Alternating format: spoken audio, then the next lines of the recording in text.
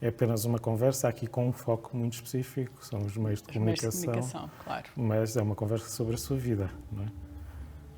Sim, não quer dizer de mais nem de menos. Sim, sinta-se à vontade para dizer o que quiser sobre as suas memórias de vida e sobre a sua relação com os meios de comunicação. Então, boa tarde. Estamos aqui na Escola Superior de Comunicação Social. Vamos entrevistar a Maria Alfreda Fonseca, que tem 69 anos. Muito obrigado desde já pela sua disponibilidade. Alfreda, eu queria começar precisamente pelo início da sua vida, não é? E gostava de lhe pedir que me explicasse sinteticamente, no fundo, qual foi, no fundo, o contexto do seu crescimento, da sua infância e como é que a marcou em grande medida. Bom, isso é uma pergunta vasta, sobretudo quando se pensa numa vida já longa, porque tenho 69 anos, mas eu devo dizer que a minha vida foi muito marcada pela profissão do meu pai, que era jurista. Vinha de uma longa série de juristas, já o meu trisavô já era jurista, portanto os homens na família ou eram juristas, ou eram médicos, ou eram militares, enfim. Mas por causa da profissão do meu pai, fui vivendo em imensas cidades, fomos vivendo, a família. Portanto, nasci em Lisboa, vivi os primeiros 4 anos em Viana do Castelo, depois vivi um ano em Aveiro, depois vivi um ano na Horta, no Faial, que eu digo sempre que é muito importante na minha vida, porque entrei no Faial analfabeta e saí do Faial a saber ler e escrever. Depois vivemos em Évora, depois vivemos em Leiria, depois em Santarém e finalmente, nos meus 16 anos, vim para Lisboa, onde tinha nascido e onde só tinha estado de férias e mais nada. E desde então fiquei em Lisboa, portanto, na altura de 25 de Abril estava em Lisboa. Depois vivi 2 anos em Bruxelas, a trabalhar numa ONG, na coordenação dos movimentos GEC e JUC a nível europeu.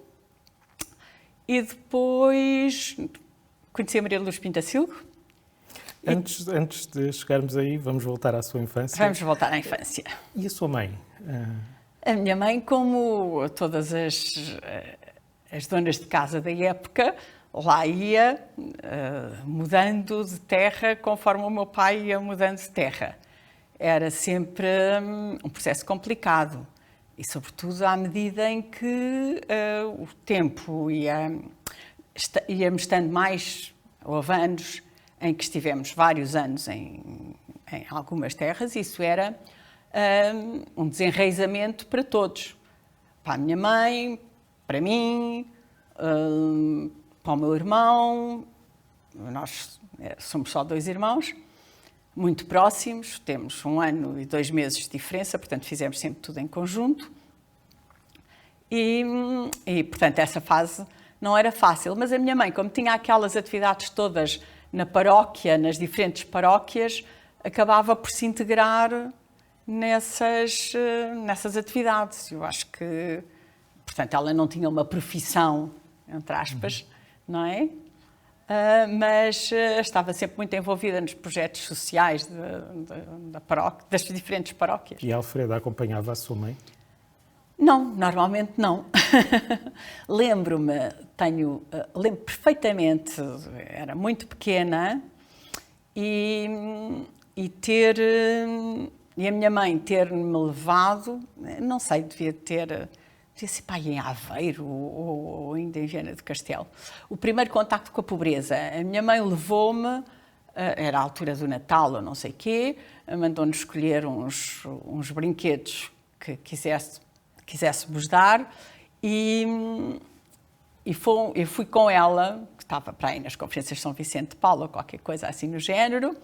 Fomos visitar uma família muito pobre e realmente isso marcou-me e também me marcavam também as férias. Nós passávamos as férias em o mês de agosto na praia, em Caminha e Moledo, no lado da família da minha mãe, e o mês de setembro na Serra da Estrela. E aí, nos dois sítios, mas sobretudo na Serra da Estrela, eu lembro-me perfeitamente de haver vizinhos muito pobres que herdavam sempre as nossas camisolas e os nossos sapatos e as nossas coisas. E lembro-me de haver trabalho infantil, não é? De haver uma miúda da minha idade que estava a esfregar o chão da casa da minha tia. E isso impressionava-me. E lembro-me também, o nível de pobreza nessa altura era uma coisa, portanto, isto era anos 60, inícios de 70, talvez. Lembro-me que havia uma família que tinham para aí, não sei, 7 filhos, 8 filhos, 10 filhos, não sei, em que a mãe se sentava nas escadas e dava às crianças as chamadas sopas de cavalo cansado, ou seja, vinho com bocadinhos de pão. Eu acho que eles ficaram todos um bocado raquíticos. O pai era alcoólico, a mãe também não sei como é que era, mas aquilo era um nível de pobreza muito, muito grande, e o contraste com aquilo que nós vivíamos e aquilo que essa gente que vivia ao nosso lado vivia, era um contraste verdadeiramente chocante. E comentava em casa essas desigualdades? Sim, sim, sim. Uma vez perguntei, isto devia ter, não sei, devia ter 5 ou 6 anos, ou 7, não, devia ter pai 7, devia estar na escola, 7 ou 8. Perguntei à minha mãe se éramos ricos ou se éramos pobres. E a minha mãe respondeu-me que não éramos ricos em dinheiro, mas que éramos ricos em cultura. E pronto. Mas vivíamos do ordenado do meu pai e com os dinheiros que a minha mãe tinha herdado. Portanto, não era... Não, quer dizer, nunca faltou nada, nunca... Enfim, era uma vida normal para aquele estrato social em que nós vivíamos. Faz então o ensino primário nos Açores? Não. Não. Fiz. Isso foi uma tragédia. A minha escolaridade, porque fiz a primeira classe no Faial, a segunda, a terceira e a quarta num colégio que acabava na quarta classe, em Évora, e depois o primeiro ano noutro colégio, e depois o meu pai foi mudado para Leiria. Como é que foi estudar em Évora? Estudar em Évora era uma cidade, não havia ainda universidade, e era uma cidade fechada, mas naquele pequeno grupinho tudo funcionava, não. Mas eu lembro-me de não gostava especialmente do colégio. Quer dizer, gostei das doroteias do primeiro ano. O colégio era... Não sei, eu sei como vinha, todos eles tinham feito a infantil, a primeira classe e não sei o quê. Eu cheguei a meio do primeiro período, ou já no segundo período, da segunda classe, e, portanto, tive alguma dificuldade de integração. Depois a coisa funcionou bem. Mas antes tinha feito a primeira classe no Faial. Sim. E como é que foi? No Faial fui discriminada por coisas inacreditáveis. Por um lado, a minha mãe, com a sua forretice, se assim se pode dizer, achou que eu tinha um bibe. Naquela altura as meninas usavam bibes para não sujarem a roupa. E eu tinha um bibe branco com bolinhas encarnadas. E a minha mãe conversou com a professora, como eu ia só lá ficar um ano, e portanto eu tinha um bibe com bolinhas encarnadas e todas as outras meninas tinham bibes brancos. Portanto, primeira discriminação. Segunda discriminação, eu falava com sotaque do continente e elas falavam com sotaque do Faial. Outra discriminação. Terceira discriminação, eu tinha uma criada, como se dizia na altura, que nos tinha criado, efetivamente, que foi uma segunda mãe para nós, e que me levava o almoço. Os outros meninos almoçavam todos juntos e não sei o quê, e eu tinha a empregada que vinha trazer o almoço. Terceira discriminação. Quarta discriminação. Eu era alta. E a classe tinha terceira classe e primeira classe juntas. E as outras meninas disseram: mãe, tu tens o tamanho da terceira classe e não sei o quê, portanto, és burra com certeza. Mas depois a professora deve ter falado com elas e eu disse: não, eu tenho 7 anos, 6 anos, nunca chumbei, tenho... e tal, mas depois conquistei-as porque eu tinha uma bicicleta e elas não tinham, e depois eu convidava-as para andar de bicicleta e tudo se passou em bem, portanto o final da coisa correu bem. E o que é que se recorda desse período no FEAL? Recordo-me de imensa coisa porque a ideia que nós tínhamos era que os meus pais diziam aos meninos: olhem com atenção porque não voltam cá. Porque isto é uma vez e não voltam cá. E era muito divertido porque nós vivíamos num bairro que tinha sido construído pela Western Union por causa dos cabos submarinos. E, portanto, era um bairro de tipo... Era o que hoje em dia nós diríamos uma...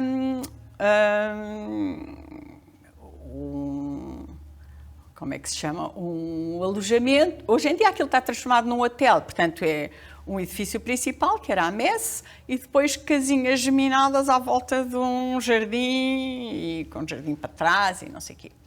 E, portanto, aquilo era... tinha uma cancela, portanto não havia perigo nenhum, e nós andávamos de bicicleta com as outras criancinhas, com os outros meninos, divertíamos imenso, e eu e o meu irmão e os amigos que fizemos nessa altura, divertíamos muito e fiquei com ótimas recordações. Tem piada que há 2 meses fui aos Açores e por acaso fiquei exatamente nesse hotel. Portanto, foi um reviver dessas memórias. Achei imensa piada. Depois vai para Évora, não é? E tem uma experiência diferente, como acabou de referir. Sim. Disse-nos que, no fundo, depois conseguiu integrar-se de alguma forma no colégio e a partir daí termina o ensino primário em Évora? Sim, faço o primeiro ano do liceu. Mas havia, nessa altura, uma legislação super estúpida que dizia que não se podia passar do ensino privado para o ensino público a meio de um ciclo. E o meu irmão fez da primeira à 4ª classe em Évora, mas eu fiz da 2ª à 4ª classe. E o resto terminava na 4ª classe. Portanto, quando fiz o primeiro ano do liceu, depois fomos para a Leiria e eu tive de ir para o colégio porque não podia ir para o ensino público. E o meu irmão foi logo para o liceu. Portanto, eu fiz o 2º ano num outro colégio, tive de me adaptar a outro colégio e depois, no ano seguinte, é que fui para o liceu. Uhum. Durante esse período, lembra-se que memórias é que tem de meios de comunicação na sua casa? Tenho imensos. Tenho memórias das férias e tenho memórias de casa. Durante a infância? Sim. Lembro-me que eu só tive a minha avó Alfreda, de quem eu herdei o nome, já não conheci porque eu sou a neta que nasceu depois dela morrer. Mas a minha outra avó, que era a mãe da minha mãe, com quem nós passávamos o mês de agosto também, ela, por exemplo, tinha todos os dias um jornal que chegava pelo correio, que era A Voz. Não sei o que era mais. Lembro-me que ela lia A Voz. E lembro-me que eu comecei a ler porque aquilo tinha uns romances em episódios e eu comecei a ler por causa disso. Esse jornal, lia esses romances, ela lia as outras coisas. Nas férias? Nas férias. Nas férias, em agosto. Nas férias, em setembro, era a questão de ter o Diário de Notícias. Ora, o Diário de Notícias, quando estavam os meus tios, quer dizer, o Diário de Notícias chegava a Ceia, não chegava a São Romão. Portanto, era preciso ir buscá-lo de carro a Ceia. São Romão tem 3 km de distância, mas não chegava. Ou podia chegar no dia seguinte. E quando se esgotava em Ceia, na Casa Havanesa, onde se ia comprar o jornal, tinha de se ir a Nelas, que é 25 km. Portanto, ir comprar o jornal era uma aventura, e era preciso encomendá-lo, e não sei o quê, e tal e coisa. Bom, isso eram as coisas de férias. Em casa, os meus pais, em geral, não ouviam rádio, não ouviam telefonia, e no momento em que compraram uma televisão, quando eu tinha pai 8 ou 9 anos, eu e o meu irmão reivindicámos que queríamos uma televisão. Até lá não ouviu rádio? Não havia? Ouvia rádio, mas não ouvia nada de especial. Ouvia música clássica, que era o que o meu pai gostava, mas não tenho boas... as minhas memórias são, sobretudo, da televisão, porque a televisão foi uma negociação. Então, a televisão foi comprada e eu e o meu irmão, o meu pai fez connosco o seguinte pacto. Os meninos vão para a cama às 9h30, esteja a dar o que estiver na televisão. E então havia papel de 25 linhas, azul de 25 linhas. E eu e o meu irmão fizemos uma declaração. Eu, Maria Alfreda Ferreira da Fonseca, moradora, não sei o quê, declaro por minha honra que vou para a cama às 9h30, etc, etc. Depois a televisão estava em cima de uma arca, que eu, aliás, herdei, e tinha uma gaveta. E cada vez que nós contestávamos a nossa hora de ir para a cama, ou o meu pai ou a minha mãe sacavam o nosso documento e diziam: os meninos assinaram isto, tratem de ir para a cama. A minha mãe depois dizia: eu amanhã conto o resto. Mas o que é facto é que ela toda a vida adormeceu em frente à televisão, portanto não resultava. Mas lembro-me nitidamente. Bom, o meu pai lia sempre o Diário de Notícias, eu acho que ele lia mais ou menos tudo. Lia o Diário Popular, lia o Diário de Lisboa, lia... O meu pai era viciado em jornais. Aliás, quando se reformou, ficou hiper viciado, porque ficou sem nada para fazer. Bom, mas isso é outra questão. O que é facto é que lembro-me nitidamente de uma coisa que infelizmente agora está muito atual, que é de ver na televisão guerra. A guerra do Vietnã, a guerra dos 6 dias, acho eu, de Israel. Eu lembro-me das mensagens de Natal dos militares portugueses que iam para a guerra colonial, que era aquela coisa: desejo um Feliz Natal, adeus até ao meu regresso. E a gente perguntava, aquilo que fazia-me sempre imensa impressão, porque era uma sensação de longura e nunca se sabia se voltavam ou não. E depois ver a guerra na televisão, e eu perguntava sempre, mas como nos filmes, mas quem são os bons e quem são os maus? Claro que o meu pai, que era todo da situação da altura, achava sempre que os americanos eram os bons e que os os vietnamitas do Vietcong eram os maus, que eram os comunistas e não sei o quê. Bom, e também achava que Israel tinha razão e os palestinianos não, embora eu acho que ele estava muito enganado em todas essas matérias, mas isso já é uma reflexão de uma adulta. Mas eu acho que a importância da televisão, naquela altura, em que começou para miúdos da primária, era importantíssimo. E, felizmente, com o meu olhar de agora, a televisão só começava ao fim do dia, porque o que nos permitia não ter televisão, até tínhamos de nos entreter, tínhamos que brincar, tínhamos que ler, tínhamos que fazer outras coisas. E isso era ótimo, porque não ficávamos colados aos ecrãs, como agora vejo os miúdos colados aos ecrãs. Como é que era esse momento de ver televisão? A seguir ao jantar, ia-se ver televisão. Antes do jantar, já havia umas séries, tenho a impressão. Lembro-me perfeitamente. Depois eles repetiam as séries até à quinta casa. Vimos o Bonanza N vezes, a preto e branco. A televisão era a preto e branco. Quando os meus pais fizeram 25 anos de casados, é que tiveram uma televisão a cores. Mas isso já foi anos 80, começo dos anos 80 ou finais dos anos 70. Não sei exatamente. Alguém ia à sua casa para ver televisão convosco, com a sua família, ou não? Não. E depois recorda-se de falar sobre programas televisivos na escola? Não me lembro de falar sobre programas... Não era acho assunto. que não.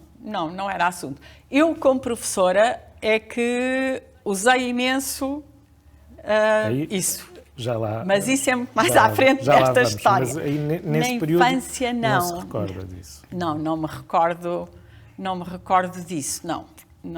Mas recorda-se, então, de ter na sua casa muitos jornais, é isso? Sim, E do havia seu pai sempre ler jornais, jornais. sim. Era sobretudo o seu pai que lia os jornais? Sim, eu acho que sim, que era mais o meu pai. A minha mãe passava pelos títulos e não sei o quê, mas era mais o meu pai que lia. Aliás, o meu pai, a certa altura, na família, quando não sabia o que é que se havia de fazer na vida, ia-se para direito. E foi o que aconteceu ao meu pai.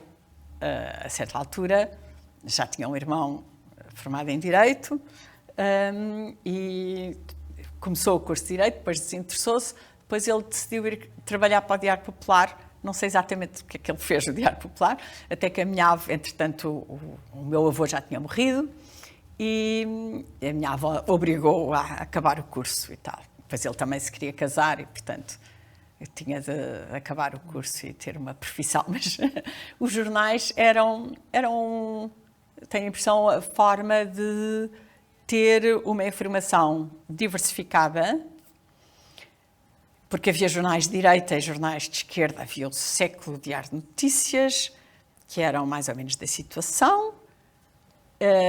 Depois havia o Diário Popular, que não sei bem como é que havia de classificar. E depois havia o Diário de Lisboa, que era à esquerda. E não me lembro se... Esses eram os jornais que passavam lá por casa. Depois do 25 de Abril apareceram outros, mas nessa altura... E o seu pai comentava alguma notícia convosco? Conversavam sobre a atualidade? Quando já éramos um bocadinho mais velhos, sim. Mas nessa altura... Nessa altura ainda não. Nessa altura ainda não. Nessa altura nós é que perguntávamos, pelo menos eu perguntava coisas sobre as notícias. Comentávamos as notícias quando estávamos a ver as notícias. O noticiário. Da televisão. Da televisão. E fazíamos, eu, o meu irmão e os amigos e tal, fazíamos concursos de anúncios. Sabíamos os anúncios todos de cor e víamos quem é que acertava em mais anúncios, etc. Depois, então, terminou a primária e vai para o liceu. Como é que é esse período? Bom, no Liceu de Leiria gostei imenso de andar e foi muito importante para mim porque fui para os escoteiros. E o escotismo para mim foi realmente uma abertura enorme, porque saí do círculo familiar, uma sensação de liberdade enorme, e deixei de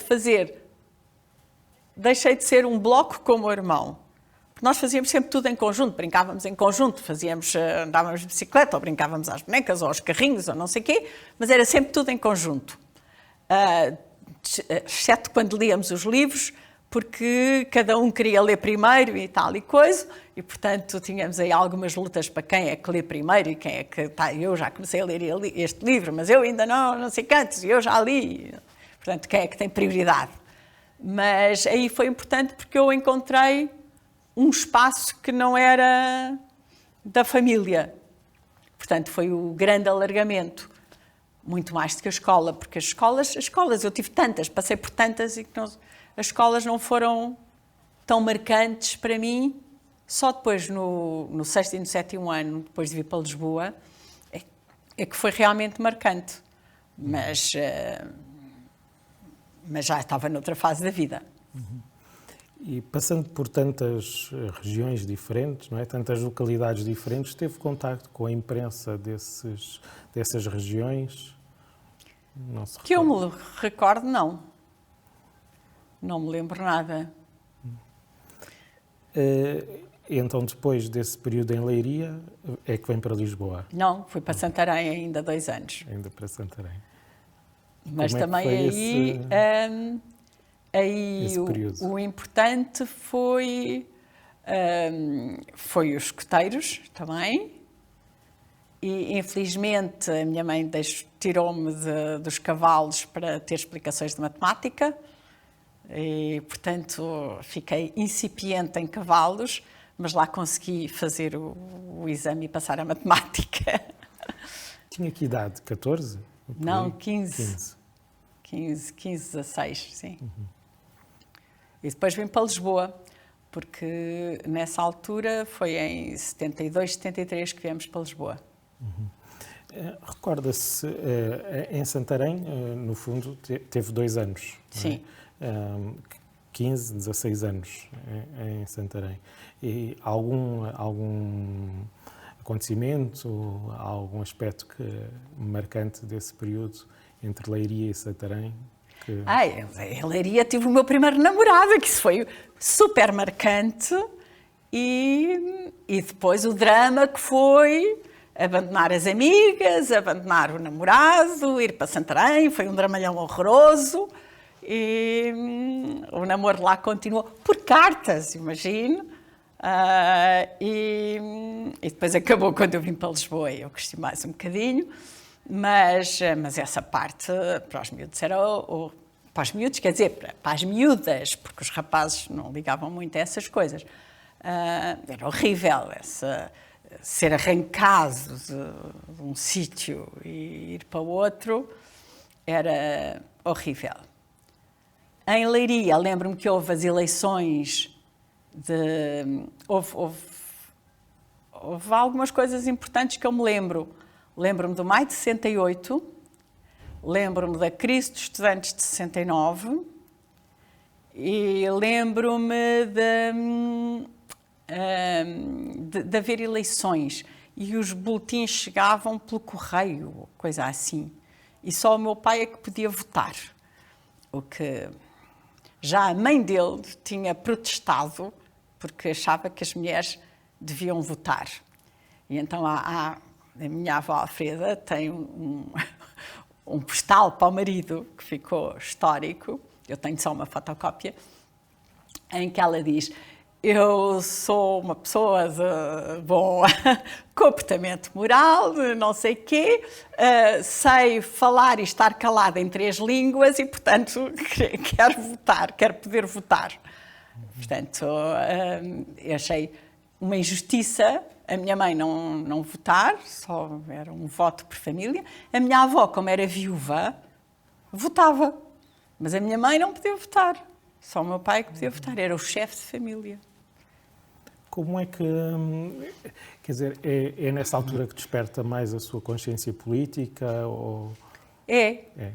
Porque... Estamos no final dos anos 60, Estamos não é? no final dos anos 60, sim.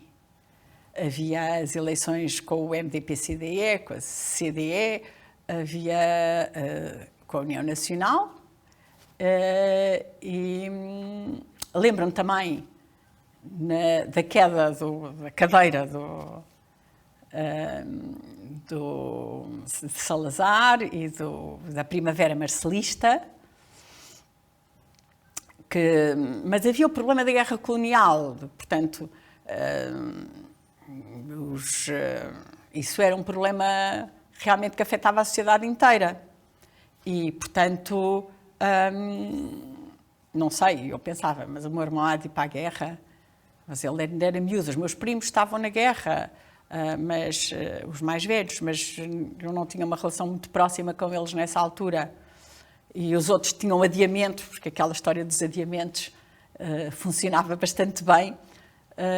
E, portanto, a questão da guerra era, para mim, uma questão chave. E, embora a minha família fosse da situação, não é?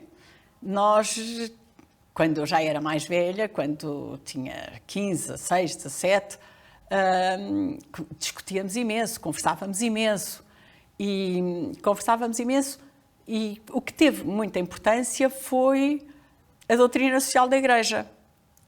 Porque um dia eu cheguei vitoriosa ao meu pai e disse: o Concílio Vaticano II, com os documentos, diz que o direito à greve é um direito dos trabalhadores e que é não sei o quê. E o meu pai dizia: pois, mas é só em última instância. E quem é que garante que essa é a última instância? Temos de discutir a conciliação e não sei o quê e tal e coisa. Ele estava sempre a fazer conciliações entre patrões e empregados, não é? Porque trabalhava na área do direito de trabalho. E, portanto, partindo da mesma noção de justiça social e de doutrina social da Igreja, fomos tendo percursos divergentes, mas sempre conseguimos falar e discutir e conversar, e eu acho que isso foi muito importante para nenhum de nós se tornar sectário, porque eu acho que esse é um problema recorrente. Quando fala nessas discussões, não é? Em casa, são sobretudo entre Alfredo e o seu pai, também com o seu irmão, com a sua mãe? Como é? Era à mesa, era com todos, mas eu e o meu pai e o meu irmão, mas eu e o meu pai... O meu irmão era mais engenhocas, ele gostava de montar rádios, desmontar rádios. Desmontou-me uma boneca quando eu tinha 5 anos e eu fiquei traumatizada para a vida, porque queria saber como é que funcionava. Mas era sobretudo... Sim, quando nós começámos a estudar a organização política, quando eu comecei a ler um autor que para mim teve muita importância nessa altura, que foi o Roger Garaudy,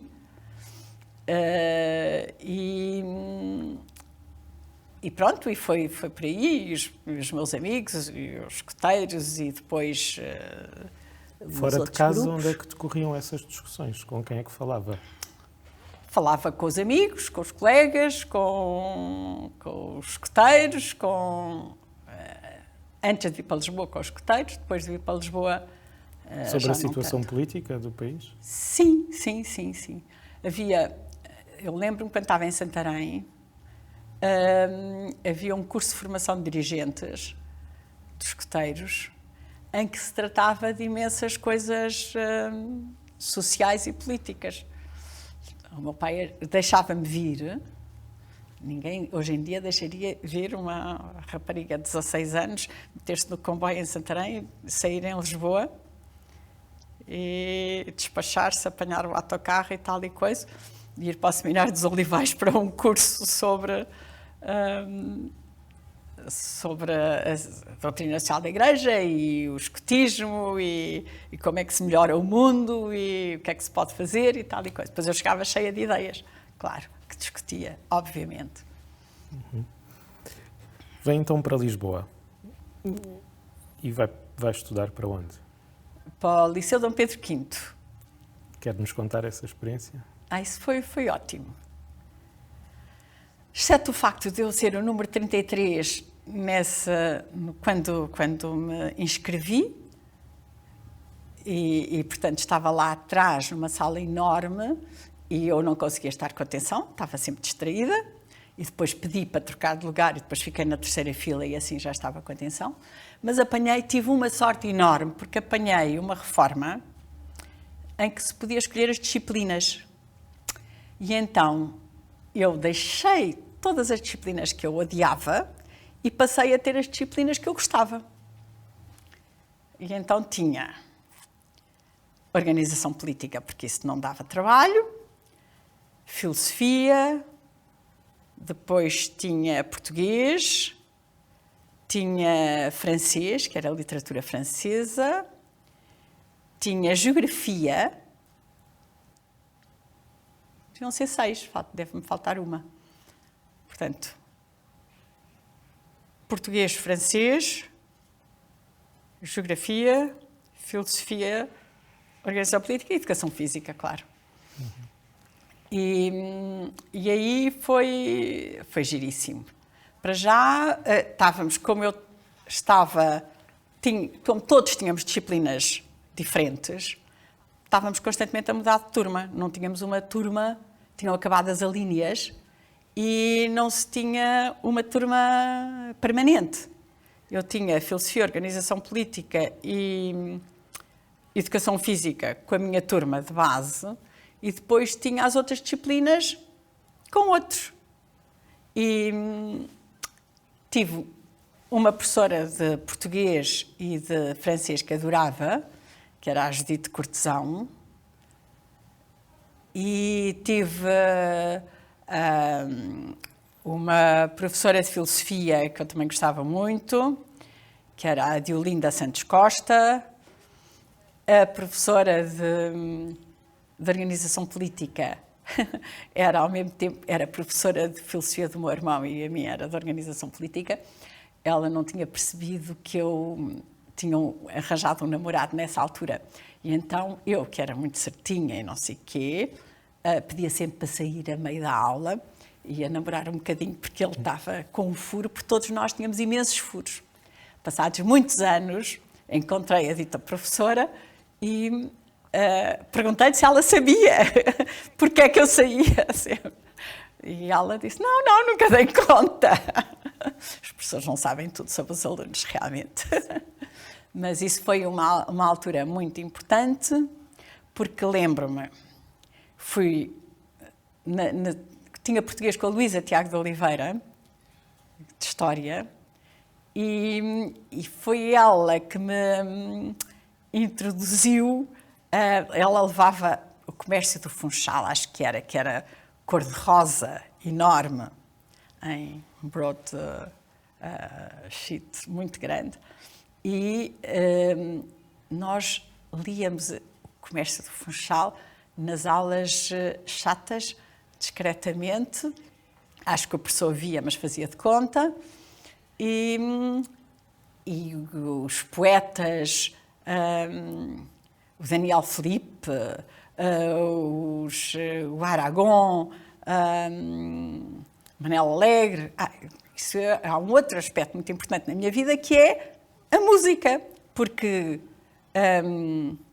eu acho que grande parte da minha consciência política foi feita à base do Zeca Afonso. Aliás, eu disse-lhe isso uma vez. Ele ficou muito espantado. Como é que alguém tinha aumentado a sua consciência política com isso? Mas, realmente, eu sabia todas as canções de Zeca Afonso, sabia as canções do Adriano Correia de Oliveira, sabia, enfim, os cantores, os baladeiros da altura contestatários, aquilo entrava pelos ouvidos, entrava pela sensibilidade, entrava... Como é que chegou ao Zeca Afonso? Como cheguei ao Zeca Afonso? Acho que foi pelos escuteiros. Acho que sim. Que cantava-se imenso naqueles fogos de conselho, as cantigas do Zeca Afonso, sobretudo sendo proibidas, eram mais interessantes até. E, portanto, isso era... E cantou em casa alguma vez?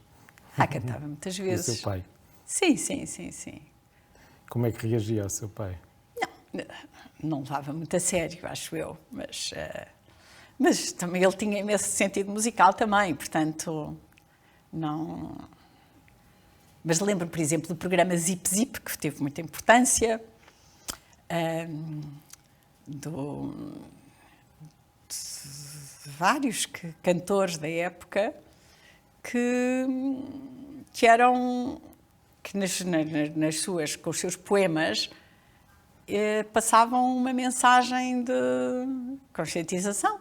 E isso é importante. Portanto, a arte tem um fator importantíssimo na formação das pessoas, de toda a gente. E eu acho que na minha geração foi um papel importantíssimo.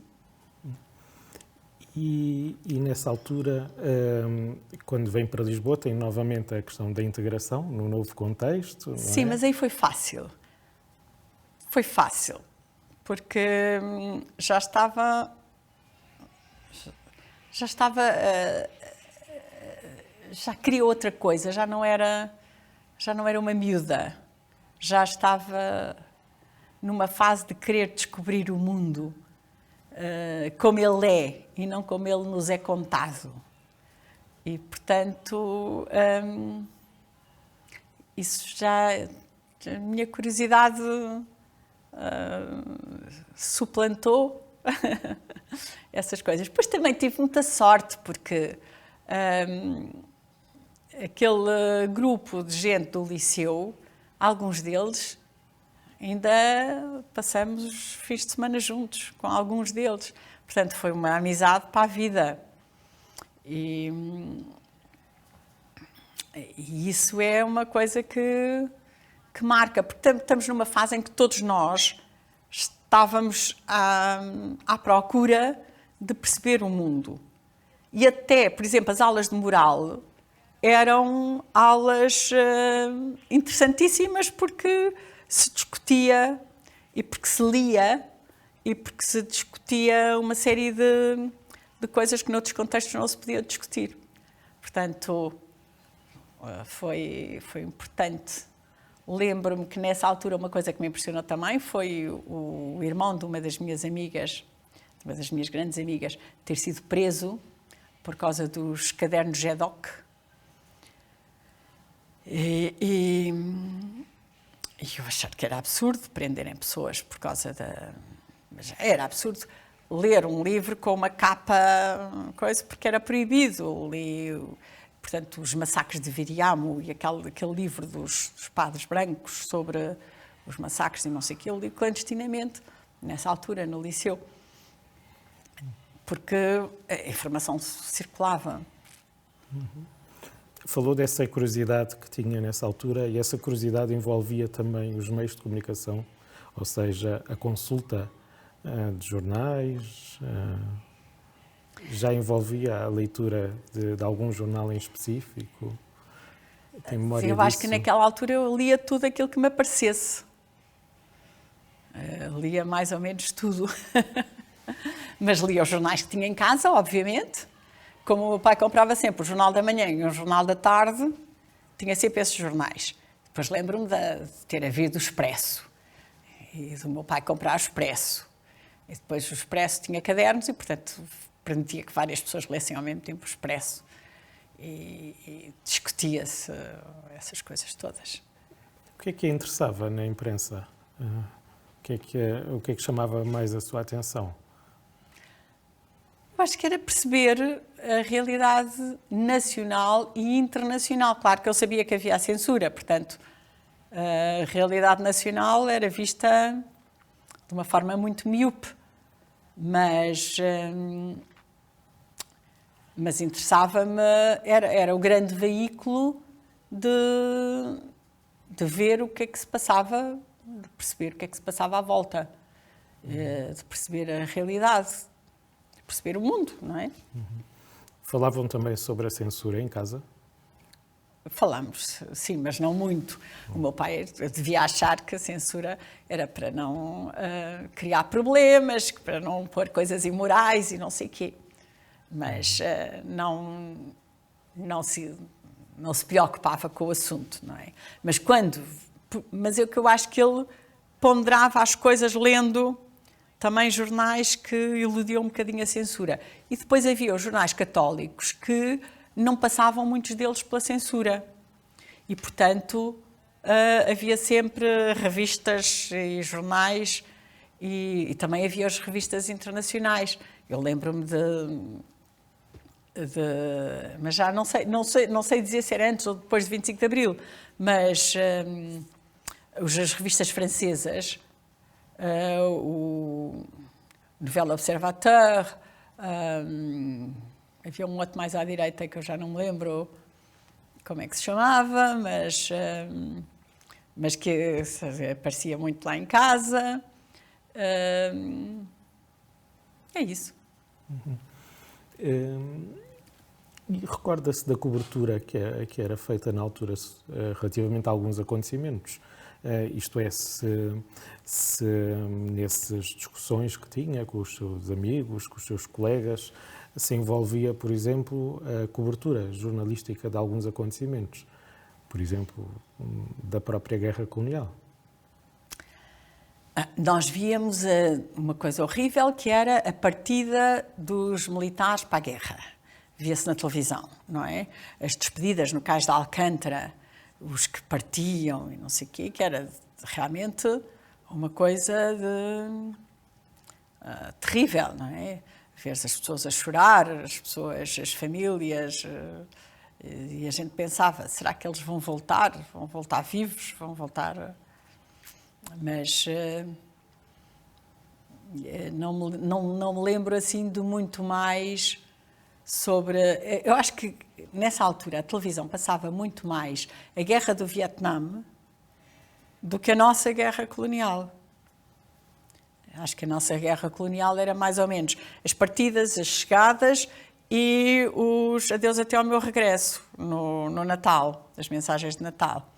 E o movimento nacional feminino e aquelas coisas que tinham todas assim um ar um bocadinho de pôr um penso rápido na coisa. Havia uma coisa interessante que era eu conhecia, porque era amiga dos meus tios, uma das enfermeiras paraquedistas portuguesas, que era a Ivone Reis, que era uma das primeiras mulheres paraquedistas e que ia tirar os feridos das zonas de guerra. Mas ela não contava muito sobre o contexto, contava sobre a sua... o aterrar, o pegar nos soldados, os militares, trazê-los e não sei o quê, mas dava-me um ar aventuroso, isso de ser enfermeira paraquedista, embora nunca quisesse nada que tivesse muito sangue à volta. Mas, quer dizer, isso queria dizer que as mulheres podiam ter profissões e coisas. Porque na minha família a única mulher que tinha tido uma profissão era uma das minhas tias, irmãs do meu pai, que foi para freira e, portanto, foi professora num colégio durante imensos anos. Porque, de resto, as meninas não tinham profissões. Na geração acima, claro. Na minha geração e na geração das minhas primas, sim, todas tínhamos. Teve algum envolvimento político antes do 25 de Abril? Em algum grupo? Não. Era só estas tertúlias informais de base católica que funcionavam e que conscientizavam. Muito bem. Chegamos ao 25 de Abril? Sim. Lembra-se do dia 25 de Abril? Perfeitamente. Então, o que é que dia se 25 de recorda Abril, desse dia? não fomos ao liceu e ficámos a ouvir a televisão, o meu pai a fazer telefonemas e não sei o quê. E E foi que ninguém sabia se era um golpe de direita, causa da Arriaga, ou se era um golpe de esquerda, mas que era um golpe, nitidamente parecia ser, e ficámos expectantes. E foi isso. O 25 de Abril foi colados à televisão, à telefonia, aos telefones. Em casa? Em casa, sim. E observar o seu pai? Sim, o meu pai estava muito preocupado e tinha razão porque foi saneado na semana seguinte, ou 15 dias depois. E foi um bocado chato a favor, porque depois, obviamente, teve um processo disciplinar que foi arquivado, porque obviamente não tinha feito nada de errado, e depois foi reintegrado e ficou na prateleira durante imensos anos. Ele tinha 60 anos na altura de 25 de Abril, ou à volta disso, e só se reformou aos 70, portanto, houve aí um tempo em que ele não teve praticamente nada para fazer, o que foi muito deprimente para ele. E foi chato também, porque a minha mãe deprimiu com o 25 de Abril. A Alfreda tinha 19, 20 anos no 25 de Abril? Tinha 18. 18.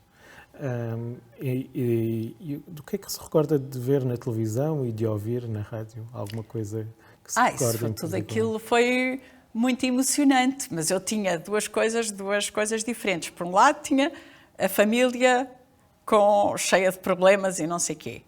E, por outro lado, tinha a democracia, a esperança que o mundo se tornasse justo num instantinho, Portugal se tornasse justo, que a guerra colonial acabasse e que pudéssemos construir uma sociedade livre. Portanto, estava muito empenhada em que a coisa corresse bem. Ia falando com o seu irmão? Ia, mas o meu irmão estava mais para o lado do meu pai e da minha mãe, sobretudo porque durante um ano ficámos sem salário. E, portanto, viver sem salário, para uma família que vivia do salário, não foi nada fácil.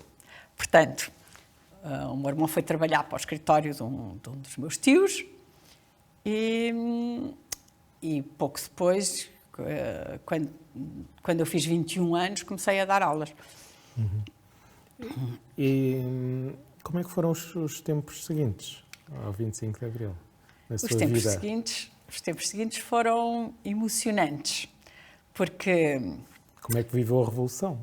Sim, porque o liceu foi uma festa, não é? Isto foi o terceiro período do 7º ano. Eu supostamente deveria ter exames, mas não tivemos exames.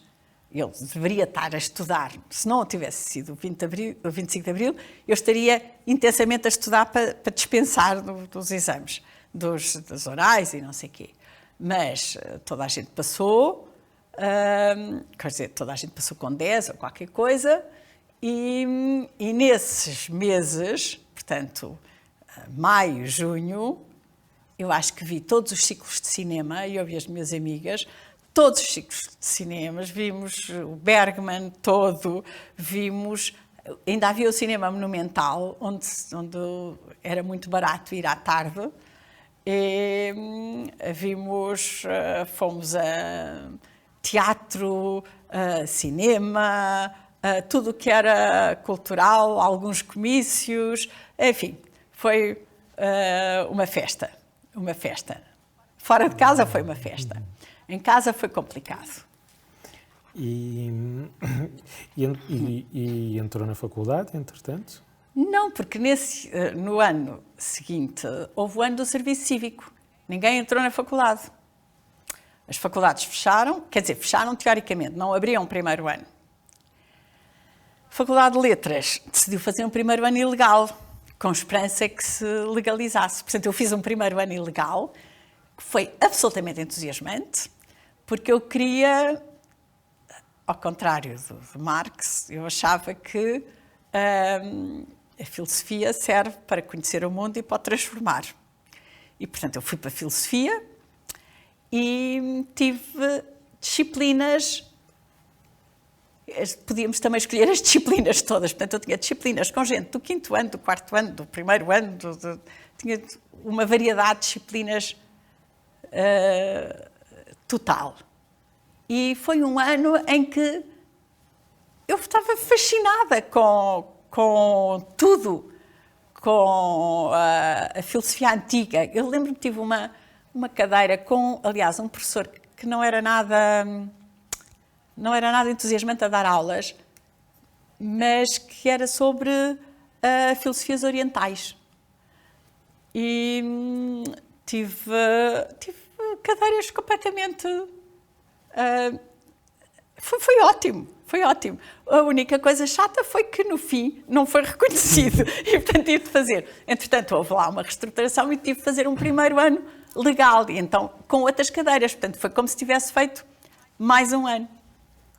E o meu serviço cívico foi só quase, começou para aí em abril ou assim, e foi até, foi o verão. E fomos fazer acompanhamento e animação de tempos livres para um bairro de Lisboa que era um bairro de barracas, com ciganos e com gente muito pobre e não sei o quê. Extraordinário, porque havia racismo entre os que não eram ciganos e os ciganos, e miúdos de 7, 8 anos, 9, 10. Mas foi muito importante para mim porque conheci o amigo que me levou para a JUC, que para mim foi também depois uma abertura muito grande. Eu já tinha decidido sair dos escoteiros, já tinha percorrido, já tinha feito, digamos, a minha formação juvenil nos escoteiros e depois queria ir para a universidade, queria fazer outras coisas e a JUC foi importantíssima para mim, porque era um local em que se refletia sobre a vida social, a vida política, a fé e tudo isso interligado, portanto, sem dissociação. E, portanto, foi muito importante. E depois, nessa altura, depois criou-se um partido, eu estive ali, do ponto de vista político, na esfera, digamos, dos NEIP, que eram próximos do MES, mas não eram exatamente o MES, e depois criou-se o EDS, e eu fui para o EDS, e foi a minha única experiência de militância política em partidos, foi o EDS. De resto, funcionei sempre como independente em várias outras coisas. E aí na EDS, que a Maria de Lourdes Pintacil mais tarde dizia, isso não é um partido, isso é um estado de espírito. E foi já pós 25 de Abril. Vamos recuar à Revolução, não é? Vamos falar um bocadinho da Revolução e sobre... acho que houve assim, uma grande transformação nos média depois do 25 de Abril. Do que é que se recorda? Houve diversidade total para já, muito mais jornais. Depois, jornais que nós conseguimos identificar ideologicamente. Por exemplo, o Diário... Primeiro, o Diário de Notícias estava, quando Saramago foi diretor e quando outros foram diretores, estava na linha do PC. Depois havia o Diário, que era francamente PC. Depois havia a Luta, que era francamente PS.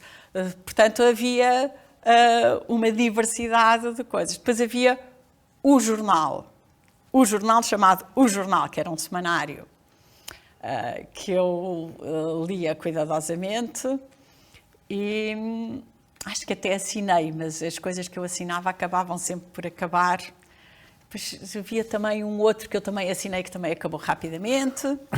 Mas havia revistas, havia jornais, havia uma diversidade enorme de meios de jornais e também a televisão, entretanto, já estava muito diversificada, não é? Também já começou a haver debates políticos na televisão, sem censura. O facto de ter acabado a censura foi fundamental.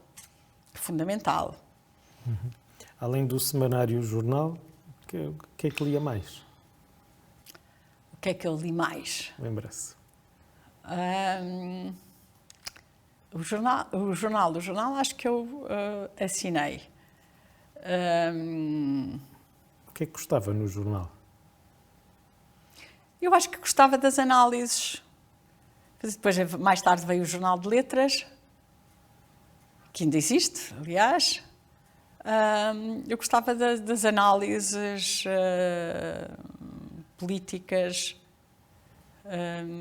do jornal e achei sempre interessante haver diferentes, como o meu pai comprava todos os jornais e mais alguns, coisas horríveis como O Diabo, da Vera Lagoa, que era ultra extrema-direita, só não comprava o único que a empregada que os meus pais tinham na altura trazia, que era O Crime, que eu isso achava que todos nós, unanimemente, dizíamos que isso não era um jornal que se lesse, porque o mundo não é constituído só por crimes. Mas eu acho que lia mais ou menos, lia tudo o que o meu pai trazia para casa, exceto o Jornal da Vera Lagoa, que isso era demais para a minha... Depois havia um do Bessa Múrias, que era também, não sei se era também o Diabo, a certa altura. Havia uns muito reacionários que me irritavam muito.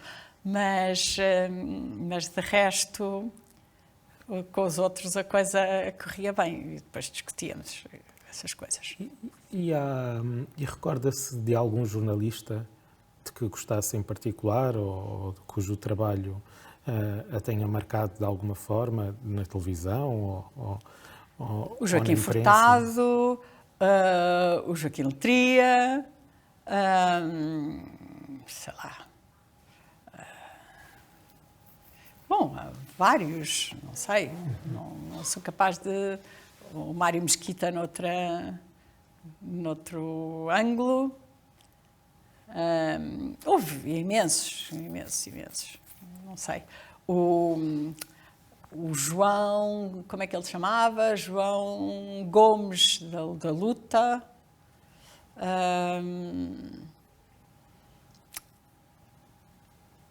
Não sei se me lembro de mais.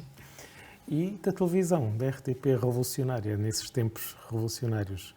Costumava ver televisão durante esse tempo? Sim, recorda-se de alguma claro. emissão em particular, de algum momento marcante da Revolução? Eu acho que não sei distinguir claramente o que é que foi visto na altura ou o que foi visto depois quando voltam a passar essas coisas, não é?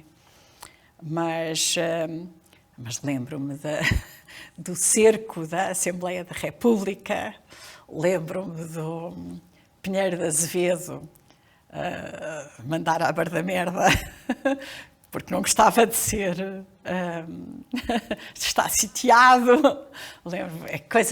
Eu lembro-me do Vasco Gonçalves fazer aqueles discursos inflamados e não sei quê, que eu não levava muito a sério. Lembro-me enfim, lembro-me do Costa Gomes, lembro-me do Spínola, do Costa Gomes, enfim, dos primeiros tempos. Lembro-me do primeiro dia em que veio a junta, como é que se chamava? A Junta De Salvação Nacional. De Salvação Nacional, em que estavam todos ali enfileiradinhos, e toda a gente estava a ver o que é que ia acontecer, etc. E continuavam a discutir em casa esses episódios e essas figuras? Claro.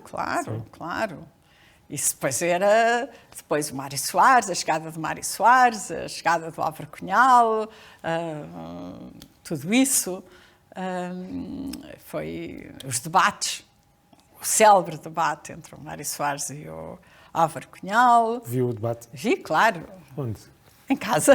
Com o seu pai? Claro. E com o seu irmão? Sim. E Mais a minha alguém? mãe? Com a sua mãe? Sim. O que é que se recorda desse debate e de vê-lo nessa altura? O meu pai era bastante fã do Mário Soares, embora eu acho que ele nunca tenha votado em Mário Soares, mas eu acho que, e por outro lado, o Álvaro Cunhal era admirável na sua coerência de vida, não é? Além de eu não partilhar as ideias, nem de nós partilhar as ideias dele, mas era uma figura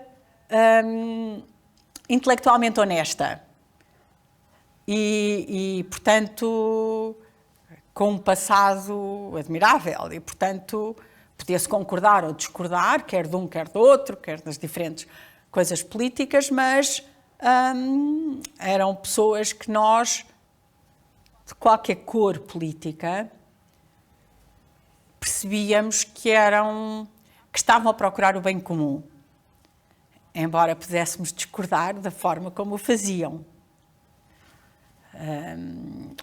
A questão da reforma agrária, depois com lembro-me também os debates todos à volta da reforma agrária e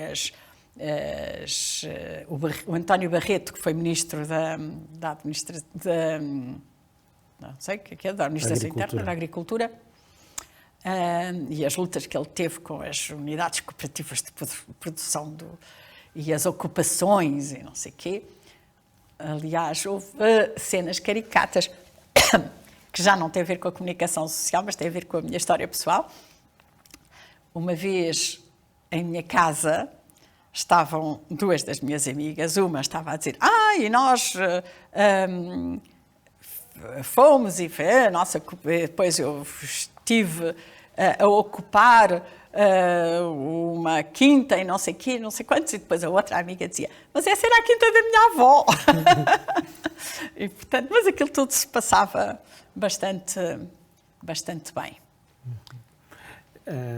Exceto do plano da família, que tinha muitos problemas. Ainda por cima, a minha avó, coitada, morreu na altura do 25 de novembro, portanto foi um momento muito inoportuno para morrer. No dia 25? Não, foi um bocadinho antes. Foi o casamento de uma das minhas primas, cujo pai tinha ficado sem a herdade no Alentejo, e a minha avó teve um ataque cardíaco no dia seguinte, ou 2 dias depois, ou não sei o quê, e depois fomos ao enterro, que era em Caminha. Portanto, ela foi de Lisboa para Caminha. A minha mãe muito chorosa, coitadinha. E depois, quando voltámos, o país estava cortado ao meio. Portanto, ficámos a dormir no carro, os 4.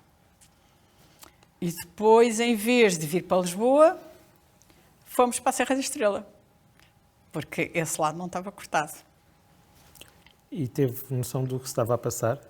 Sim, tivemos todos noção do que estava a passar. Estava-se a passar uma tentativa de golpe contra golpe, não se soube exatamente bem, mas depois deu-se um processo de normalização da democracia com o Grupo dos 9. Mas naquele momento, como é que... Naquele momento estava tudo um bocadinho expectante. Ainda por cima com uma avó que morria, com uma...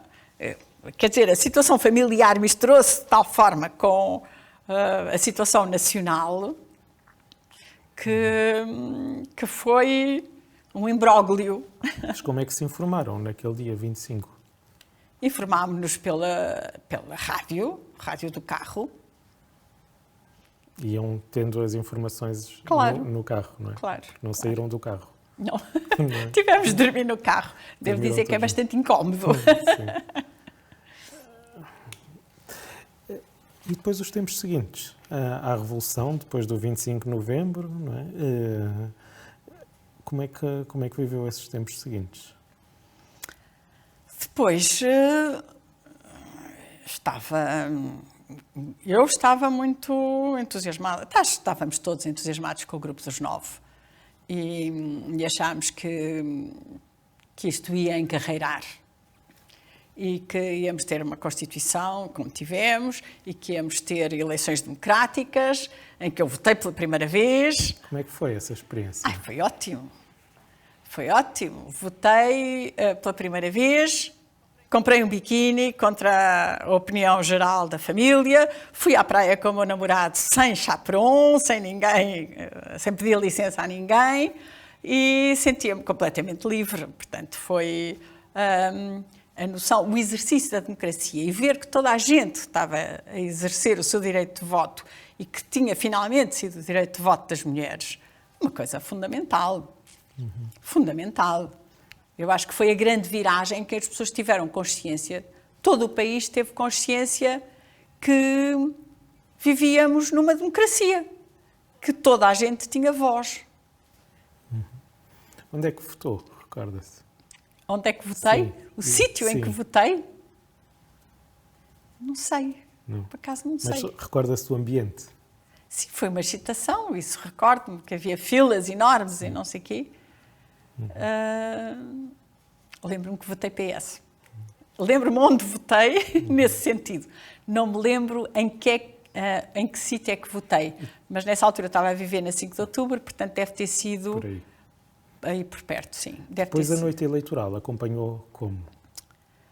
Acompanhei como era possível acompanhar pela televisão. Acho que a televisão deu, Recorda-se, sim. Recorda-se. Era uma emoção a ver o que é que acontecia, o que é que vai acontecer, o que é que vai acontecer a partir daqui.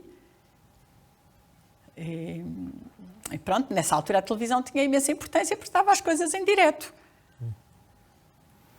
Lembro-me do 11 de março, daquela célebre entrevista em direto no Terreiro do Paço, e daquela emoção do que é que aquilo se ia passar, se o tanque avançava, se não avançava, Como é que foram os O Adelino Gomes foi fundamental aí nessa fase toda revolucionária e de repórter que estava em cima do acontecimento. Depois o Adelino Gomes foi também muito importante nas questões de Timor, em que eu estive muito envolvida, ele também, mas mais tarde. E como é que foram os tempos da faculdade? Os tempos da faculdade foram fantásticos. Bom, às quartas-feiras havia RGA, que eram bastante divertidas. Mas eu, a partir do segundo ano, comecei a trabalhar. Portanto, dava aulas, depois ia a correr para a faculdade, depois ia a correr dar aulas, depois ia a correr para a faculdade, depois eu andava nesse... Acho que era o autocarro 38, agora 738, com certeza, onde eu passava horas e lia, estudava e passava imensas horas a andar de um lado para o outro na cidade. Mas as aulas eram fantásticas, eu adorei aquilo, o prazer de aprender, que era uma coisa que qualquer criança devia ter desde o princípio. Eu lembro-me de ter tido, quando dominei a leitura, em pequenina, quando estudei literatura portuguesa e francesa, no 6º e 7º ano, quando estudei História, nessa altura, Filosofia, e depois, na faculdade, ir às aulas era normalmente um prazer, exceto com alguns professores que eram um bocado chatos, monótonos. Coitado, um desses já morreu, mas que entrava com o diário debaixo do braço, sentava-se e falava monocordicamente sobre fenomenologia. E era uma estucha monumental. Mas suportava-se, porque havia depois outras coisas interessantes. Onde é que dava aulas nessa altura? Dei aulas Onde é que começou por dar aulas? Sim, comecei por dar aulas de moral no Ateneu, que era uma secção da Escola dos Anjos.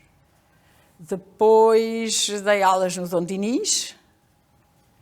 Depois mudei para a Filosofia e dei aulas no Colégio Sagrado Coração de Maria, onde fui professora da sua amiga. E depois fui 2 anos para Bruxelas. E depois tive 3 anos a trabalhar com a Maria dos Pintacilgo. E depois voltei a dar aulas. Nessa altura já estava a dar filosofia. E tive um ano no Pedro Nunes, quando deixei de trabalhar com a Maria dos Pintacilgo, que ela teve 7% nas eleições presidenciais. E tive um ano no Pedro Nunes, 2 anos no Passos Manuel, como provisória. Depois fui concorrente para estágio e aconteceu-me aquela coisa chata de a Faculdade de Letras começar a mandar fornadas de professores de filosofia com estágio integrado e eu ainda não tinha tido o estágio integrado. Nós não tínhamos tido. Portanto, houve uma geração que ficou entalada porque as vagas de professores efetivos ficaram ocupadas por gente que tinha menos tempo de serviço que nós, mas que tinha o estágio. Por isso é que fiz o estágio, já tinha 6 anos de serviço, fiz o estágio na Universidade Aberta. E depois tive um ano à noite nos Casquilhos, no Barreiro, em que fiquei com imensa admiração pelos alunos, porque eram alunos que trabalhavam em Lisboa, adultos, 12º ano, que tinham que fazer exame, que levantavam-se às 6 da manhã, vinham para Lisboa, trabalhavam, voltavam para o Barreiro, iam para a escola, às 8 da noite tínhamos aulas, até às 11h30 ou não sei o quê, esforçavam-se imenso e foi um prazer dar-lhes aulas, devo dizer, eram super motivados. E depois fui concorrente para estágio, mas nessa altura ainda não tinha conseguido. Depois tive 2 anos numa escola na Fernão Mendes Pinto, que é no Pragal, que até o Cristo Rei lhe vira as costas, na altura. Ele continua atrás do Cristo Rei. E nessa altura, no 2º ano em que lá estive, fiz o estágio, simultaneamente, e depois, felizmente, concorri para o Passos Manuel, como efetiva, tinha-se reformado uma professora de filosofia e fiquei lá o resto da minha vida, onde fiz tudo o que era possível fazer. Permita-me recuar um bocadinho e perguntar-lhe sobre a sua relação com a imprensa católica. Foi consumindo jornais católicos ao longo do tempo? Ou... Sim. Aliás, alguns deles irritavam-me muito, porque eram muito reacionários. Por exemplo, havia só os nomes já eram maus. E eu disse isso uma vez ao diretor da Voz da Verdade. Imagina um jornal que se chamava A Voz da Verdade, que era o jornal aqui do Patriarcado, do César de Lisboa. Depois havia um jornal em Évora chamado A Defesa. Coisa inacreditável. Havia novidades que eu não me lembro de... Lembro-me que existia, mas não me lembro de ter lido. Depois havia os jornais... Havia o jornal Encontro da JUC. E foi por causa do jornal Encontro que eu pensei que era interessante ir para a JUC, porque o jornal Encontro era um jornal muito aberto, muito interessante. E eu pensei que tinha de alargar horizontes para outros lados e foi um bocado por aí. Sim, mas os jornais católicos, vim a saber mais tarde que, por exemplo, em Coimbra tiveram imensa importância a revista Estudos dos estudantes do CADC, que depois foi o Instituto de Justiça e Paz, também foi importantíssima. Depois, também, no pós-25 de Abril, houve uma revista muito interessante, que era a revista Atos, que era com o Padre Rego, António Rego. Depois, eu durante 3 anos em que estive a dar aulas à noite, também estive a colaborar com a equipa que fazia na televisão o programa 70x7. Portanto, também fiz televisão. O que é que fazia exatamente? Fazia mais ou menos estudos. Escolhíamos era uma pequena equipa, escolhíamos o tema, o assunto, fazíamos o roteiro da coisa. Depois a montagem para mim é que era uma tragédia e eu recusava-me a fazer a montagem sozinha. Portanto, a montagem era sempre com o outro. Porque eu estava lá, mas não... Aquilo é um quebra-cabeças, ver os frames ao minuto, não é para mim.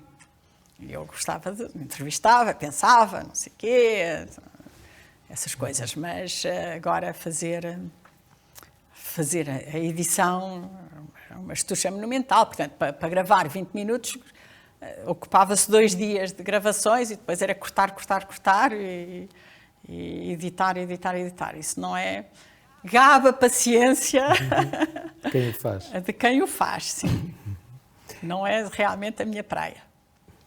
Falou do seu período na JUC, não é? E da importância até para alargar um pouco os horizontes, como referiu. Depois da JUC, esteve envolvida noutras organizações católicas? Bom, a JUC estava filiada em 2 organizações internacionais católicas, ambas com o estatuto consultivo nas Nações Unidas, no ECOSOC e no Conselho da Europa, que é a Pax Romana, que tem o Movimento Internacional dos Estudantes Católicos e o Movimento Internacional dos Intelectuais Católicos, e, portanto, 2 ramos, e na JEC Internacional, Juventude Estudantil Católica Internacional. E eu estive 2 anos a fazer com um belga que era o secretário europeu, eu era a secretária europeia adjunta, portanto tive 2 anos a fazer a coordenação dos movimentos juvenis, JEC-MIEC, a partir de Bruxelas, portanto, circulando na Europa. O que foi curioso, por exemplo, porque apanhei o Solidarnosc na Polónia em 80, mal eu comecei, isto foi em 80, 82, e tinha sido o começo da grande revolução do Lech Wałęsa e de Gdansk, e os estudantes universitários estavam todos em polvorosa, e aquilo fez-me reviver 25 de Abril, era igual ao 25 de Abril, a sensação que tinha era que estávamos a viver o mesmo processo de democratização da sociedade, só que dali era uma sociedade que vinha da esfera de influência da União Soviética, não é? Que a Igreja era o único espaço de liberdade e contestação do regime. O único espaço não controlado pelo regime. E, por exemplo, isso foi giríssimo, foi engraçadíssimo e muito curioso, mas... e foi muito interessante também. Aí descobri a importância das organizações internacionais, como a União Europeia e o Conselho, que ainda não era a União Europeia, ainda era a Comunidade Económica Europeia e o Conselho da Europa. E outros movimentos católicos, como por exemplo a Pax Christi, com a qual colaborei imenso, e depois, já em Portugal, durante os 3 anos em que eu estive a trabalhar com a engenheira Maria de Lourdes Pintacilgo, ela o Presidente da República era o General Ramalhianes, e tinha encarregue da questão de Timor. Ela era conselheira especial para a questão de Timor-Leste. E, portanto, eu estava super por dentro das questões de Timor e descobri a questão de Timor nessa altura, porque a questão de Timor tinha ficado completamente esquecida pela comunicação social. Portanto, não chegava praticamente nada antes do... Falava-se da independência de Angola, da independência da Guiné, da independência de Cabo Verde, de São Tomé, mas Timor era uma coisa lá longe. E os únicos que falavam de Timor, os únicos jornais, eram os da extrema-direita. Portanto, eu tinha uma visão de Timor, uma coisa muito estranha. Eu dizia que deve haver aqui umas histórias que estão mal contadas. Depois, quando me envolvi a sério na questão de Timor, aí depois, enquanto estava em funções de trabalhar com Maria Luz Pintaciga, obviamente não podia estar num grupo de solidariedade. Mas depois, quando deixei de trabalhar com ela, entrei para um grupo de solidariedade chamada Paz é Possível em Timor-Leste. Consegue situar mais ou menos no tempo? Sim, 83. Não, espera lá. Portanto, Bruxelas foi 80, 82. Quando eu vim, final de 82, comecei a trabalhar com a Maria dos Pintaciga e foram 3 anos. Portanto, 83, 84, 85. Deve ter sido depois da campanha. Sim. Depois, 86. Em 86.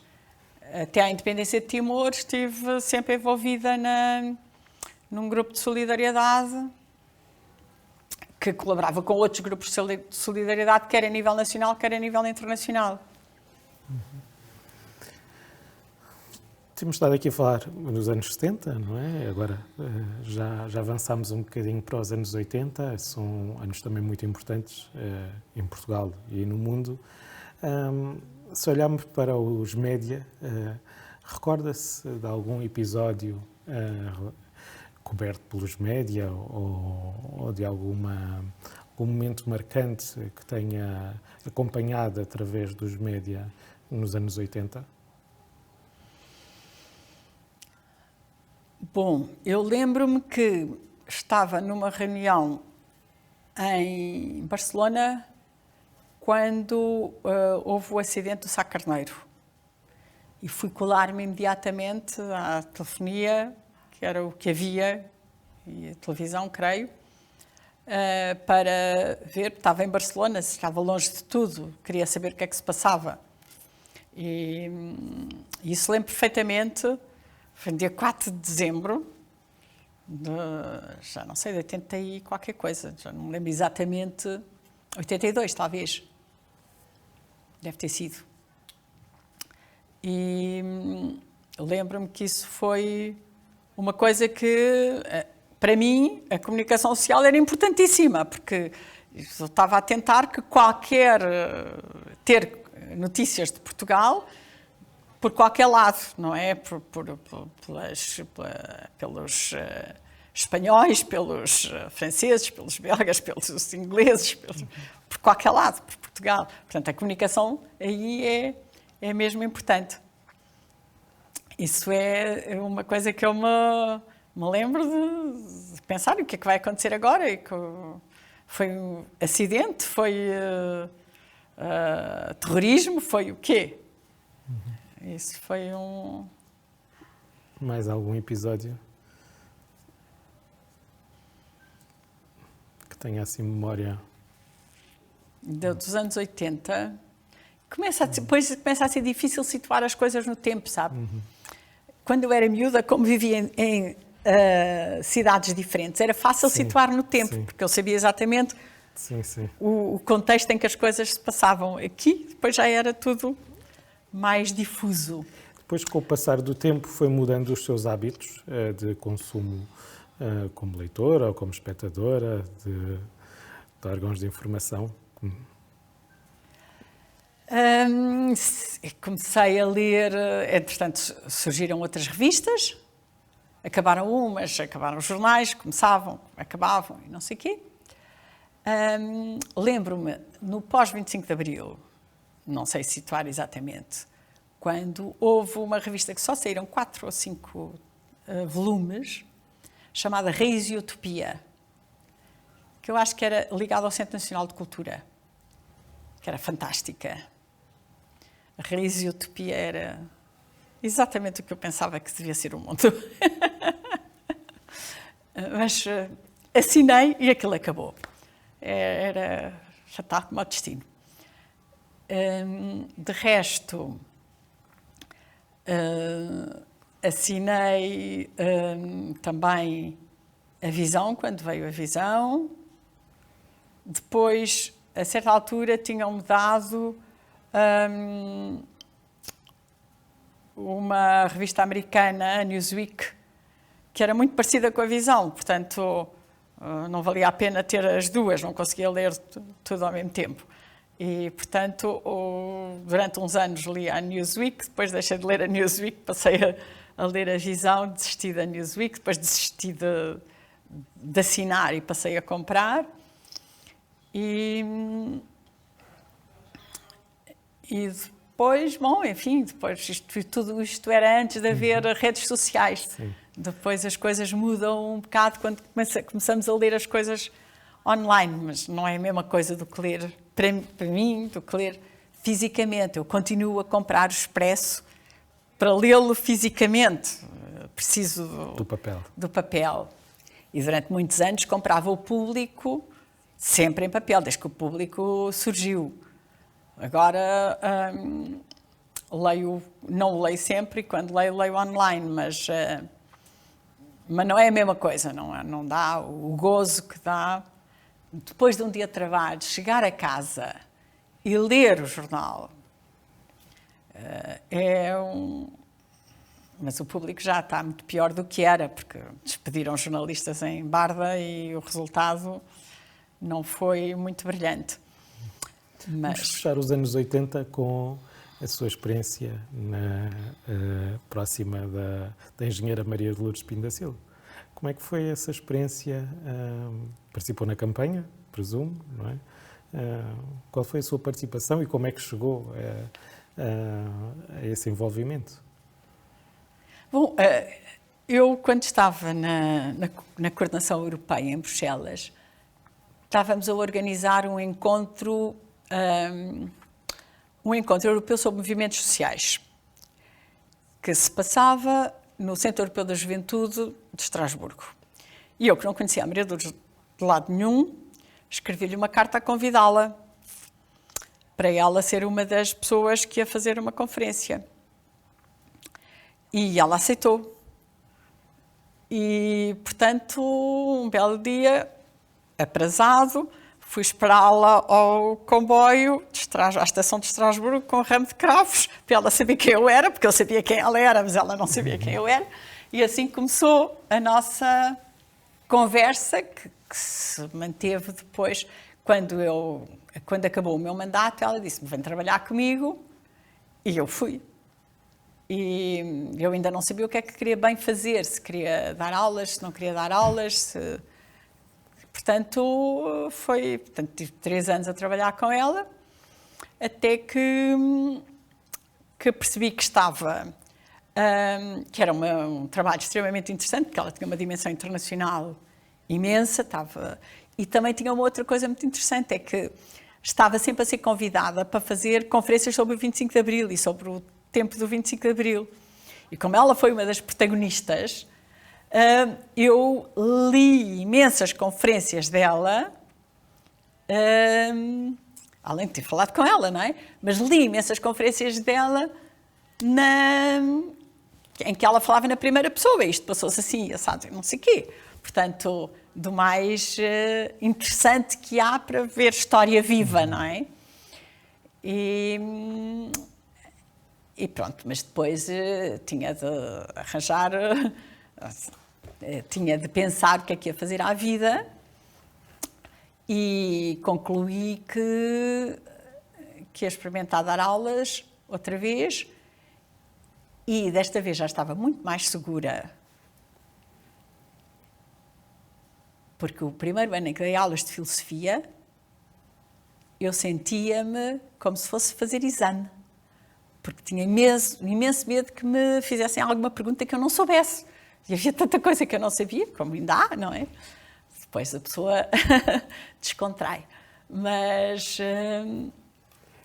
a experiência de dar aulas de filosofia foi excelente. Eu descobri que eu queria mudar o mundo, não é? E que uma boa forma de mudar o mundo era através da educação. E, portanto, senti-me perfeitamente realizada nessa matéria. Então vamos à professora Alfreda agora, um bocadinho. E queria lhe perguntar, então, volta à docência no final dos anos 80? É 86. 86, depois da campanha, não é? Sim. Ainda durante a campanha. Ainda durante. E nessa 80, altura está em que escola? Tive um ano no Pedro Nunes, com um horário horrível, detestei. E depois tive 2 anos no Passos Manuel, que adorei. Que ainda por cima é uma escola bonita. E depois voltei para o Passos Manuel. Logo que tive, depois de fazer o estágio, depois de ter estado na Margem Sul e não sei o quê, voltei para o Passos Manuel, onde fiz depois o resto da minha vida no Passos Manuel. Que, entretanto, mudou muito daquilo que era quando eu fui para lá, porque a população mudou, o sistema educativo mudou e hoje em dia é uma escola com uma grande diversidade cultural, que é um desafio muito interessante. E também eu deixei de... Quando eu fui para lá, éramos 8 professores de filosofia. Quando eu saí de lá, éramos 1,5. Ou seja, a filosofia foi encolhendo, porque com as reestruturações, quando eu fui para o Passos Manuel começava no 7º ano, e depois com a história do agrupamento, tivemos que receber os 2 primeiros anos, o 5º e 6º ano, e, portanto, ficámos com menos espaço, e, entretanto, o sistema educativo divergiu para cursos profissionais, que não têm filosofia, infelizmente, têm uma outra disciplina chamada área de integração, que são pozinhos de cultura geral, mas que eu tenho esperança que alguns pozinhos sirvam para alguma coisa. E portanto, a área de integração pode ser dada por qualquer professor da área de letras, portanto, foi assim. Então a professora Alfreda entrava nessas escolas, entrava designadamente na sala de professores e via jornais na sala de professores? Havia jornais na sala dos professores, mas depois havia jornais na biblioteca e no Centro de Recursos Educativos. Mas os jornais que havia na sala dos professores eram basicamente os jornais sindicais e havia também havia o público. E depois, mas como a maioria dos professores comprava jornais, não era muito lido o jornal da escola. E tiveram a boa ideia, alguém teve a boa ideia de o pôr no Centro de Recursos para os alunos poderem consultar. Mas os professores liam jornais? Os professores liam os jornais. Nessa altura liam os jornais.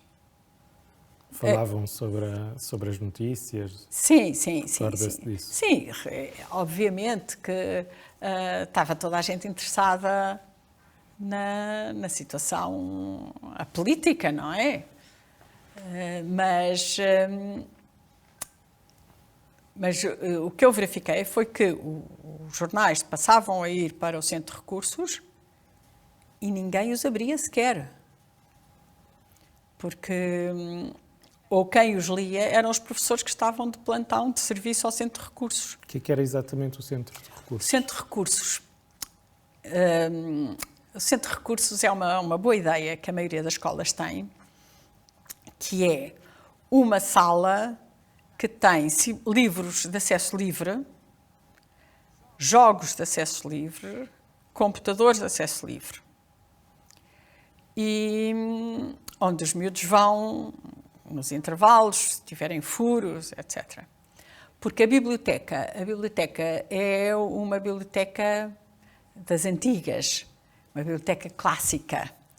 com os livros, com uma linda biblioteca, aliás, como as bibliotecas dos liceus antigos, como o Passos, mas em que os livros estão fechados a 7 chaves e é preciso ir consultar uma ficha e não sei o quê.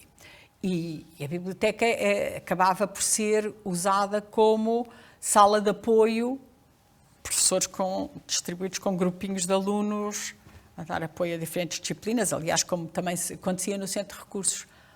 Mas no Centro de Recursos estavam revistas, estavam jornais, estava tudo aquilo que chegava ia para o Centro de Recursos, onde professores, alunos e funcionários podiam ler. Mas não liam? Progressivamente foram lendo cada vez menos. Os alunos liam, sobretudo os mais pequenos, por causa das aulas de português. Os professores de português, no segundo ciclo, fazem um excelente trabalho de iniciação à leitura, da leitura de livros, não é? E os outros, à medida que vão crescendo, a leitura passa a ser a leitura obrigatória. Eu, a certa altura, fiz uma reclamação, porque queria que os meus alunos lessem, no 10º ano, um livro chamado Ética para um Jovem, que é um livro facílimo, de um espanhol, mas está traduzido, e capítulos de 3 páginas, e o livro é giríssimo. E eu considerei que aquilo devia ser obrigatório, os meus colegas concordaram, e não sei o quê. Desenvolvi todos os esforços para comprarmos 25 exemplares, para haver um por turma, para os alunos poderem requisitar e não sei o quê. O que é facto que quando eu saí do Passos Manuel, há 2 anos, quando me reformei, quase 3 já só havia 12, ou 10 ou 12 livros. Quer dizer que pelo menos alguns foram lidos. Não, e eu depois fazia o seguinte negócio, dizia, vai sair uma pergunta no teste do livro. É verdade que a certa altura eu tive de mandar o livro em PDF para os alunos, para eles poderem ter acesso ao livro. Eu sei que isto não é muito bom para os direitos de autor, nem para as editoras, mas era a única forma. E houve até numa turma muito renitente, em que conseguimos pôr os professores de diferentes disciplinas a lerem com os alunos, na aula, desde a professora de Educação Física à professora de Matemática, a ler 3 páginas, porque era a única forma de conseguir que os alunos do 10º ano lessem. Mas outros liam e os contratos de leitura que os professores fazem ao longo os professores portugueses, sobretudo, conseguem que os alunos leiam, mas leiam, dão-lhes a possibilidade de ler o que eles querem e apresentar o livro que querem. E isso, por um lado, é bom, mas, por outro lado, desconhecem o básico da literatura portuguesa, não é? Porque o programa não está pensado para a literatura portuguesa. Isso é uma falha, acho eu, do meu lado, da professora de Filosofia. E além de jornais, na escola havia outros meios de comunicação? Por exemplo, se havia televisões? Isso era um romance. Quer dizer, quando apareceram os vídeos, e as televisões com vídeo, os carrinhos Chariot com a televisão e o vídeo, não sei o quê, que andavam a circular de um lado para o outro e não sei o quê, passámos a ver imensos filmes nas aulas. Então, em psicologia dá imenso para ver filmes e discutir filmes, e isso fiz imenso.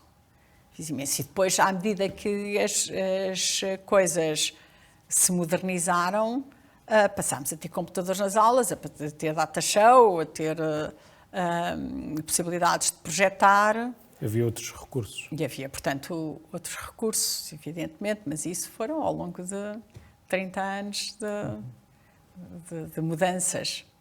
E chegou a trabalhar com os alunos imprensa? Há muitos anos já, sim, já há muitos anos fizemos um jornal de turma,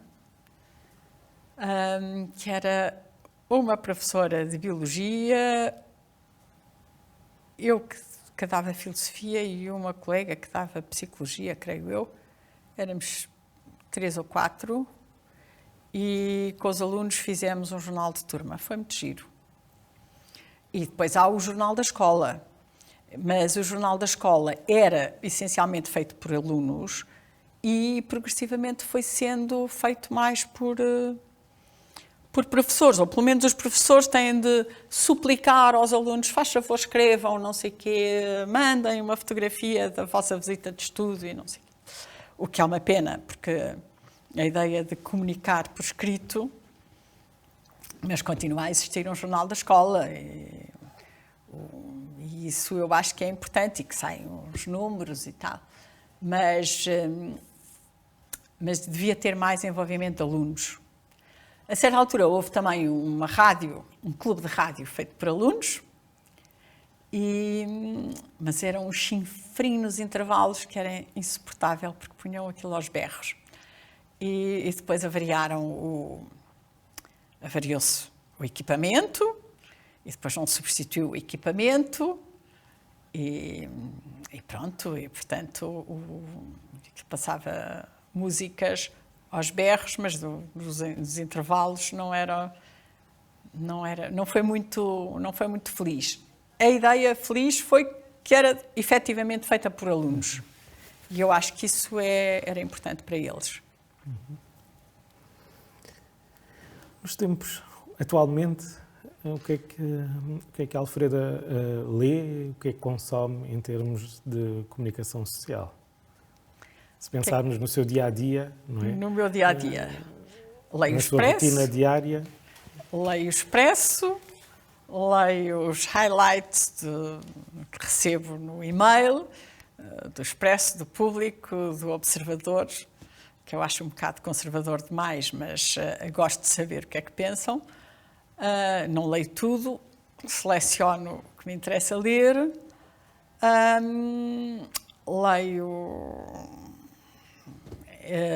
Vejo redes sociais. Tem redes sociais? Tenho redes sociais, uso o Facebook normalmente.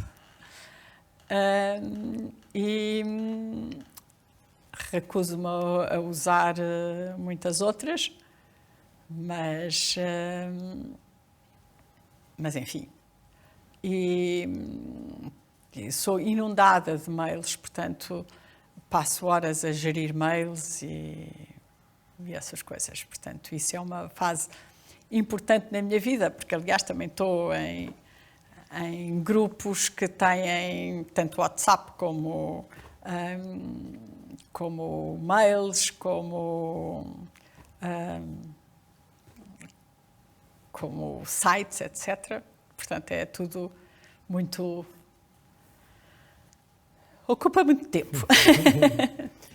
E como é que olha para o tipo de jornalismo que é praticado atualmente? Uma coisa que eu leio muito religiosamente, em sentido privado e público, é o Sete Margens. O Sete Margens acho que é muito bom, do ponto de vista da informação, muito isento, de informação religiosa de todos os géneros. Claro que tem mais católica, porque prioritariamente em Portugal é católico, mas acho que o António Marujo e o Jorge Vemans e aquele grupo de gente que faz o Sete Margens são uns heróis de terem conseguido manter o Sete Margens. E este ano os meus impostos vão para o Sete Margens. E precisamente como é que olha para o jornalismo que hoje se pratica? Qual é a sua visão, a reflexão que faz sobre... Eu acho que é difícil fazer uma visão global, porque há coisas muito diferentes. E haver coisas coisas e opiniões muito diferentes é uma vantagem, porque nos permite ter perspectivas diferentes. Não podemos ter um pensamento único, seja lá de que cor for. E portanto, irrita-me um bocado que jornalistas, sobretudo quando eu conheço muito bem um tema, falem de cátedra sobre coisas sobre as quais são bastante ignorantes. E eu vi isso na questão de Timor, as calinadas que se disseram, nas questões dos professores. Os jornalistas que são convidados como comentadores para as televisões, a maior parte das vezes têm ideias gerais sobre os assuntos, não estão suficientemente dentro do tema. E isso é muito irritante quando nós sabemos muito mais do que eles. Quando nós não sabemos muito mais do que eles, que é, na maioria dos casos, o caso do cidadão comum e o meu caso, tomamos como bom. Portanto, aquilo que eles dizem, portanto, os jornalistas, enquanto comentadores, têm uma responsabilidade enormíssima, porque passam uma mensagem que pode ser correta ou incorreta. E eu vejo muito a BBC, vejo a CNN dos Estados Unidos, não a CNN de Portugal, portanto,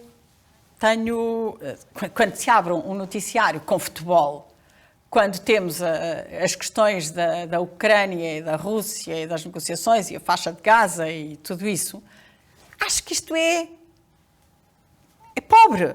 Quer dizer, pior que pobre, é palerma. É não perceber a prioridade das coisas. Não perceber o que é importante no mundo. É claro que eu não sou fã de futebol.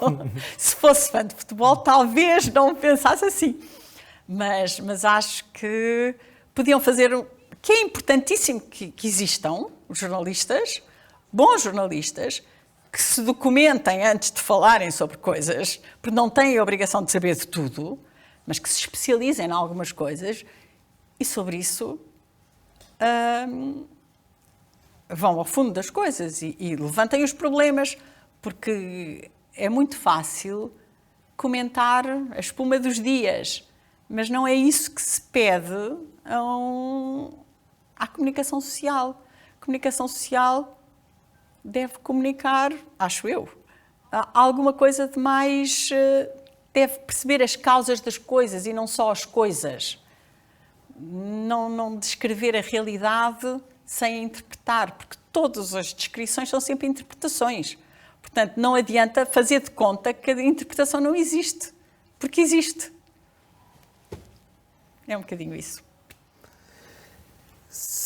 Agora, pensando sem um limite temporal propriamente dito, como há pouco na questão que lhe coloquei, algum acontecimento que tenha sido mediatizado, não é? Que tenha sido marcante na sua vida, de que se recorde em particular? A primeira guerra do Golfo, em que eu passei a noite toda a ver a guerra do Golfo. Foi a primeira guerra do Golfo, em direto. Ver a guerra em direto é uma coisa absolutamente impressionante e que a gente não consegue descolar, porque quer saber o que acontece. E temos consciência que estamos a viver um momento histórico. Outra coisa absolutamente marcante foi a queda do Muro de Berlim. Aquela queda do Muro de Berlim é uma coisa hiper marcante. Outra, a saída do Mandela da prisão. É emocionante.